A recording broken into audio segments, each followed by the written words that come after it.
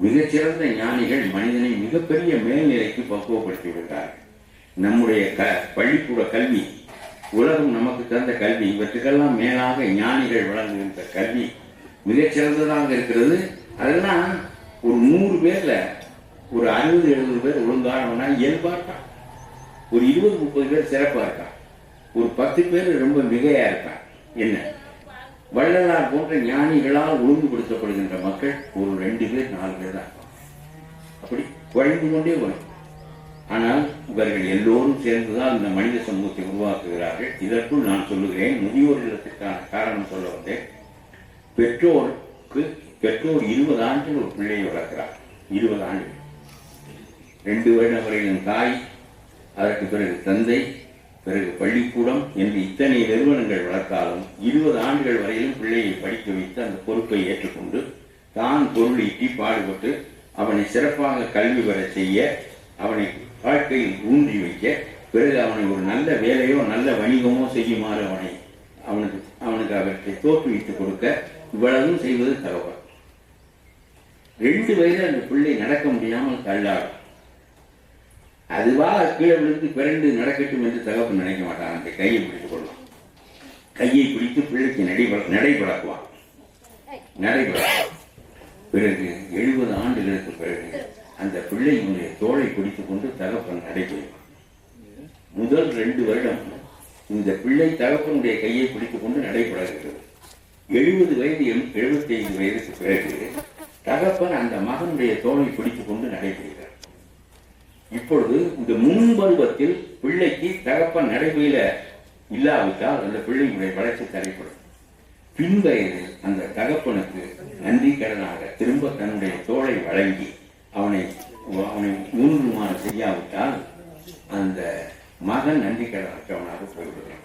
ஆகவே இந்த சமூகம் ஒன்றை நினைத்தது. முதல் 20 ஆண்டுகளுக்கு இந்த பிள்ளையை ஒழுங்குற வைக்க தாயும் தகப்பனும் தேவைப்படுகிறார்கள். பின் 70 வயதுக்கு பிந்திய காலத்தில் அந்த தாயையும் தகப்பனையும் காப்பாற்ற இந்த பிள்ளை உறுதுணையாக இருக்கிறது. ஆகவே முன்பகுதி பிள்ளைகளை வளர்ப்பதற்கும் பின்பகுதி பெற்றோரை பேணுவதற்கும் இப்படி ஒரு மாற்று ஆற்ற வேண்டிய கடமை இருக்கிற காரணத்தினால நிலையான குடும்பத்தை உருவாக்கியது சமூகம். ஏனென்றால் நிலையான குடும்பம் உருவானால்தான் ஒரு பெண் ஒருவனோடு வாழ்ந்தால்தான் அந்த பிள்ளைகளை அடையாளப்படுத்த முடியும். அவர்கள் 2 பேரையும் காக்க வேண்டிய பொறுப்பு அடையாளம் தெரிந்தால் தான் 70 வயதுக்கு பிறகு பிள்ளைக்கு வரும். 10 வயது இவர்கள் வளர்ப்பதற்குரிய பொறுப்பை ஏற்றுக்கொள்வார்கள். ஆகவே குடும்பத்தை நிலைப்படுத்த வேண்டும் என்ற கட்டாயம் ஏற்பட்டது. அதனாலே கற்பு பெரிதாக வலியுறுத்தப்பட்டது.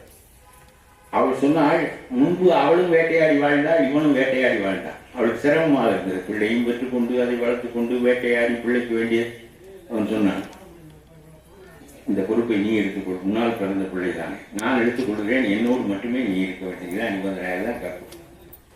இப்படி ஒரு குடும்பம் கற்பு என்கின்ற அடித்தளத்தில் உருவாக்கப்பட்டு நிலையான தாய் தகப்பனை உருவாக்கி கொண்டு அந்த பிள்ளைகள் வளர்ந்து பின்னால் பெற்றோரை அவர்கள் காக்கவும் முன்வயதில் பெற்றோர்கள் பிள்ளையை காப்பவுமான நிலையான அமைப்பை இந்த சமூகம் உலகம் முழுவதும் உள்ள சமூகங்கள் கண்டுபிடித்திருக்கின்றன.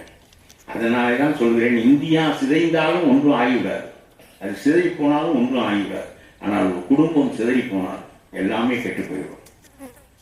ஏனென்றால் that is the family is the fundamental unit.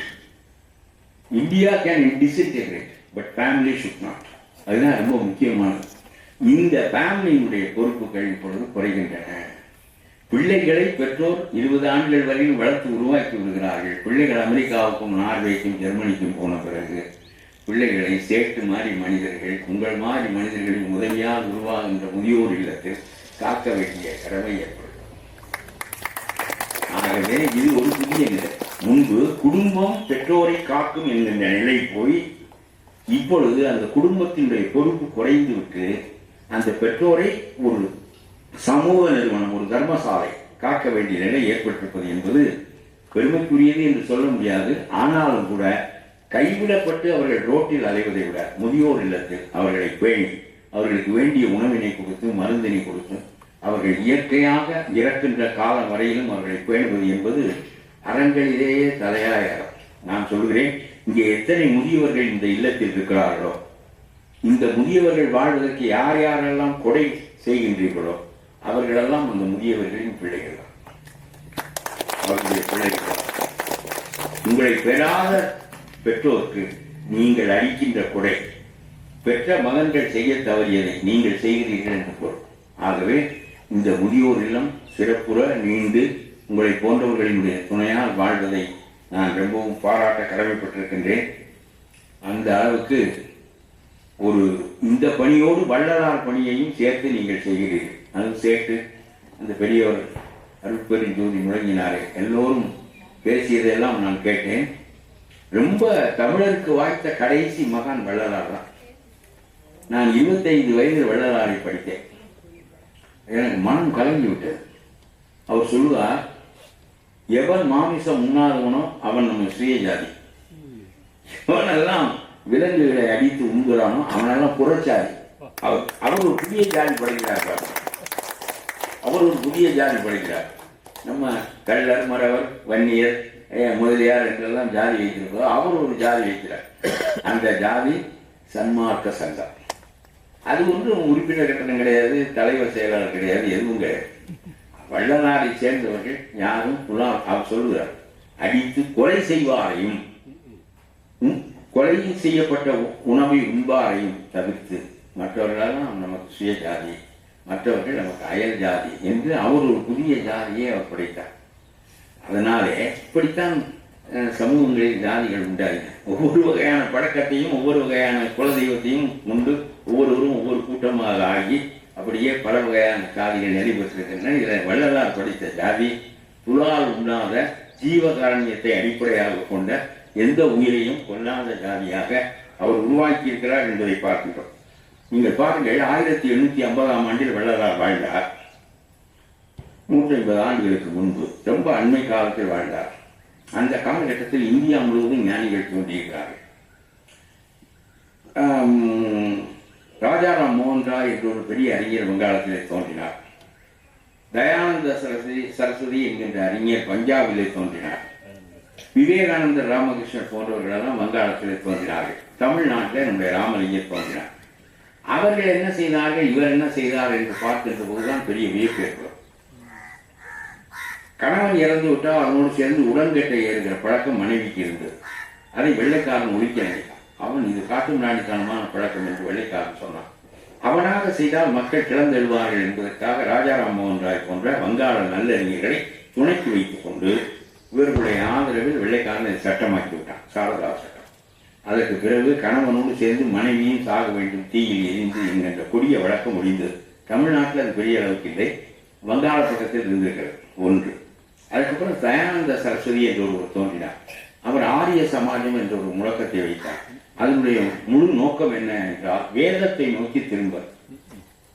வேதம் என்பது பார்ப்பனர்களுடைய தலையாய முழக்கம். வேதம் தான் அவர்களுக்கு அடிப்படை. அது ஆரியர்களின் பிராமணர்களின் மேலான நூல். அதைத்தான் உயிராக நினைப்பார்கள். அந்த வேதத்திற்கு திரும்பல் என்பது பழைய முறைக்கு திரும்பல், சமஸ்கிருதத்தை அடிப்படையாக கொண்டு வாழ்தல், அதுதான் இந்திய நாகரிகத்தின் சிறப்பு என்று சொல்லி தயானந்த சரஸ்வதி சொன்னார். அதற்கு பிறகு விவேகானந்தர் வந்தார். அவர் கன்சாலிடேஷன் ஆஃப் இந்துஸ், இந்துக்களை திரட்டல் என்று சொல்லி, அதற்கு முன்பு இந்து என்ற சொல் தெரியாது. வள்ளலாருக்கு இந்து என்ற சொல் தெரியாது. வள்ளலாருடைய பாடலிலே இந்து என்ற சொல்லே கிடையாது. சைவம் என்ற சொல் இருக்கிறது, வைணவம் என்ற சொல் இருக்கிறது, இப்படி சொற்கள் இருக்கின்றனவே தவிர இந்து என்ற சொல் கிடையாது. இந்து என்பது இந்தியாவில் உள்ள எல்லா மக்களையும் ஒன்றாக திரட்டி விவேகானந்தர் ஒரு புது சமூகத்தை, புது மதத்தை உண்டாக்க நினைக்கிறார். அதுதான் இந்து மதம். நம்முடைய ஆட்கள் அதை ஒப்புக்கொள்வதில்லை. விவேகானந்தர் திருவனந்தபுரத்துக்கு வருகிறார். சிகாகோவில் போய் இந்து மதத்தினுடைய பெருமையை பேசிவிட்டு நம்முடைய திருவனந்தபுரத்துக்கு வருகிறார். மனோன்மணிய சுந்தரபிள்ளை அந்த கூட்டத்துக்கு போகிறார். அவர் இங்கே பேராசிரியராக இருந்தார். இந்து மதத்தின் பெருமைகளை எல்லாம் அமெரிக்காவில் தான் எடுத்து சொன்னதை விவேகானந்தர் சொன்னார். உடனே ஒரு குரல் எழுந்தது, நாங்கள் எல்லாம் இந்துக்கள் இல்லை, உடனே விவேகானந்தர் பேச்சு நிறுத்தி விட்டார். தென் who are you என்று கேட்டார். We are not Hindus, we have our own religion, we are Saivites என்று மனோன்மணி சுந்தரபிள்ளை சொல்லுகிறார். நாங்கள் எல்லாம் 2000 ஆண்டுகளாக சைவர்கள், நாங்கள் இந்துக்கள் இல்லை. That is a new word to us என்று சொல்லி மனோன்மணியை சுந்தரபிள்ளை சொன்னார். அந்த கருத்து தான் இன்றைக்கும் இருக்கிறது. இதையெல்லாம் தான் திராவிட இயக்கத்தால் பின்னால் அந்த கருத்துக்களை வாங்கி கொண்டார்களே தவிர மனோன்மணியை சுந்தரபிள்ளை முழக்கமே. ஆகவே சொல்கிறேன், நான் பல சமயங்களில் சொல்வேன், இந்து சமய அறநிலையத்துறை என்று ஏன் அரசாங்கத்தில் வைத்திருக்கிறார்? நீ திராவிட இயக்கம் நடத்துகின்றவன் தானே, சைவ வைணவ சமயங்கள் அறநிலையத்துறை என்று வை. அவைதானே தமிழருக்கான சமயங்கள். இந்து என்று சொல் வந்துவிட்டாலே வேதம் வந்துவிடும், வேதம் வந்துவிட்டால் சமஸ்கிருதம் வந்துவிடும், சமஸ்கிருதம் வந்துவிட்டால் பார்ப்பனன் வந்து விடுவான். பிறகு அவன் என் தலையில் உட்கார்ந்து விட்டான் என்று கூக்குரல் இருக்கிற நீ இந்துவாக இருந்தால் அவன் தலையில் தான் உட்காருவான். ஆகவே இவையெல்லாம் வள்ளலாருக்கு இந்து என்ற சொல் 6 திருமுறை நூல்கள் இருக்கின்றன. இவ்வளவு பெரிய அளவுக்கு இருக்கும் 6 திருமுறை. அதில் ஒரு இடத்துல கூட இந்து என்ற சொல் கிடையாது, அவருக்கு தெரியாது என்ற சொல். அது பின்னால் உண்டானது. பிறகு சுதந்திர இயக்கத்தில் அந்த சொல்லை பயன்படுத்தினார்கள். பிறகு நாமெல்லாம் சரி பரவாயில்லை, இந்துவாக இருந்து போகலாம் என்பது போல வந்தது என்பது நம்முடைய சொந்த நாகரிகத்தை, சொந்த மதத்தை விட்டுவிட்ட ஆகும் என்பது என்னுடைய கருத்து. இவர்கள் எல்லோருடைய காலமும் பஞ்சங்களின் காலம், ஃபேமிலிஸ், பெரிய பஞ்சங்கள், அடுத்தடுத்து வந்த பஞ்சங்கள், 4 வருஷத்து பஞ்சங்கள் எல்லாம் இன்னும் வரலாற்றில் நிறைவேற்றி இருக்கின்றன. மனிதர்கள் கொத்து கொத்தாக செத்தார்கள். 800 பேர், 1000 பேர், 2000 பேர் என்று பசியினால் மெலிந்து தோல் உலர்ந்து சாவது என்பது அந்த பஞ்சங்களின் தன்மையாக இருந்தது. வெள்ளைக்காரன் அன்றைக்கு ஆண்டான். அப்பொழுது தயானந்த சரஸ்வதி இந்துக்களுக்கு வேதத்திற்கு மீட்டெடுத்தல் என்று சொல்லுகிறார். விவேகானந்தர் இந்துக்களின் திரட்சி என்று சொல்லுகிறார். நம்முடைய வள்ளலார் பசி நீக்கம் என்று சொல்லுகிறார். எவ்வளவு பெரிய சிந்தனை மாற்றப்பட்டார். அவருடைய காலத்துக்கு மீண்டும் மதத்தை புத்துயிர்ப்பு உண்டாக்குவது என்பதுதான் அவருடைய நோக்கம். மதமெல்லாம் இருக்கட்டும், அப்புறம் முதல்ல மனிதன் வாழ வேண்டும் என்று சொல்லி ஒரு அடுப்பை மூட்டுகிறார். என்னுடைய சேட்டை எனக்கு ஒரு தலைப்பு கொடுத்தார், அணையா அடுப்பு என்று. அந்த அடுப்பை அவர் மூட்டுகிற போது அது அணைகின்ற அடுப்பாகத்தான் இருந்தது. எல்லா மக்களும் சேர்ந்து தங்களுடைய நெல்லை விவசாயிகள் மற்றவர்களெல்லாம் சுற்றி இருந்தவர்கள் எல்லாம் கொடுத்து அதன் மூலமாக தினந்தோறும் பசித்த மக்களுக்கு சோறு வழங்கி அந்த அடுப்பு அணையா அடுப்பாகி இன்றைக்கும் அதை அணைந்து விடாமல் தொடர்ந்து காத்துக்கொண்டே இருக்கிறோம். நாம் அதுதான் அணையா அடுப்பினுடைய தன்மை. எல்லோரும் வாழ்க்கை செய்து எல்லாரும் நலம் பெற வேண்டும் என்று சொல்ல வேண்டும். நல்லோர் நினைத்த நலம் பெறுக என்ற தீயோருக்கு அவரை போல் வலிவு பேசவே மாட்டோம். நல்லோர் நினைத்து நலம் பெறுக. நம்ம அந்த கூட்டத்தில் ஒருத்தராக இருந்தாக்கா அதனுடைய பயனை அடைய முடியும். இதுதான் வள்ளலாருடைய செய்தி. சேட்டுக்கு நன்றி. நமது வள்ளலாருடைய அணையா அடுப்பின் அற்புதங்கள் என விட மனிதனுடைய வாழ்வுடைய இயல்புகளை பற்றி அச்சாரியாக, ஆணித்தரமாக, உறுதிதரமாக ஒரு மனிதன் எப்படிதான் வாழ வேண்டும் என்பதை மிக அழகாக தத்துவமாக எங்களுக்கு எடுத்து விளக்கிய அந்த பிறவியின் சொன்னை பாருங்க, புல்லரிச்சு போயிட்டேன். எப்படி பீடித்து வெளியே வருகின்றது ஒரு குழந்தை, அது எத்தனை மாதங்கள் எப்படி காப்பாற்றப்படுகிறது, எப்படியெல்லாம் தத்தளித்து தவித்து வெளியே வருது, அதெல்லாம் ஐயா நிகழ வைத்து விட்டீர்கள். அத்தனை பேர் உங்களை பற்றி பாராட்ட ஆயத்தமாக இருக்கின்றார்கள். அத்தனை வார்த்தைகள் வாயிலும் உங்களை பாராட்ட தயாராக இருக்கின்றோம்.